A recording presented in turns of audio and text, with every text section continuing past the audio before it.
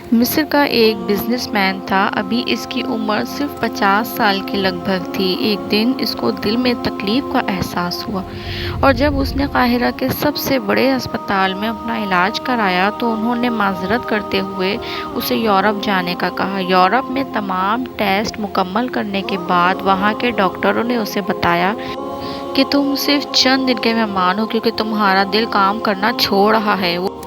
وہ شخص بائی پاس کروا کر مصر واپس آ گیا اور اپنی زندگی کے دن گن گن کر گزارنے لگا۔ ایک دن ایک دکان سے وہ گوشت خرید رہا تھا۔ اس نے دیکھا کہ ایک عورت قصائی کے پھینکے ہوئے چربی کے ٹکڑوں کو جمع کر رہی ہے۔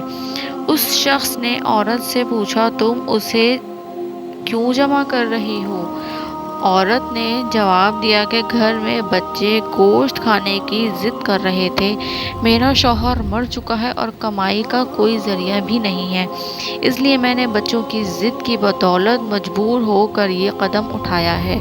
اس پھینکی ہوئی چربی کے ساتھ تھوڑا بہت گوشت بھی آ جاتا ہے جسے صاف کر کے پکا لوں گی۔ بزنس مین کی آنکھوں میں آنسو آ گئے۔ اس نے سوچا، میری اتنی دولت کا مجھے کیا فائدہ؟ میں تو بس اب چند دن کا مہمان ہوں۔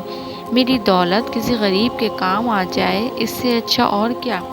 اس نے اسی وقت عورت کو کافی سارا گوشت خرید کر دیا اور قصائی سے کہا، اس عورت کو پہچان لو اور یہ جب بھی آئے اور جتنا بھی گوشت مانگے اسے دے دینا اور پیسے مجھ سے لے لینا۔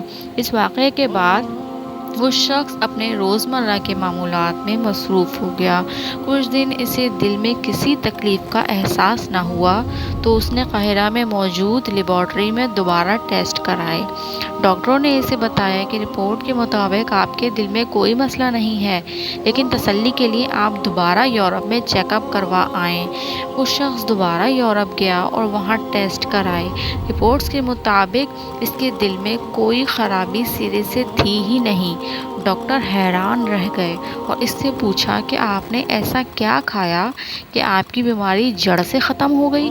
اسے وہ گوشت والی بیوہ یاد آئی اور اس نے مسکرا کر کہا، علاج وہاں سے ہوا جس پر تم یقین نہیں رکھتے۔ بے شک میرے نبی صلی اللہ علیہ وسلم نے سچ کہا تھا کہ صدقہ ہر بلا کو ٹالتا ہے۔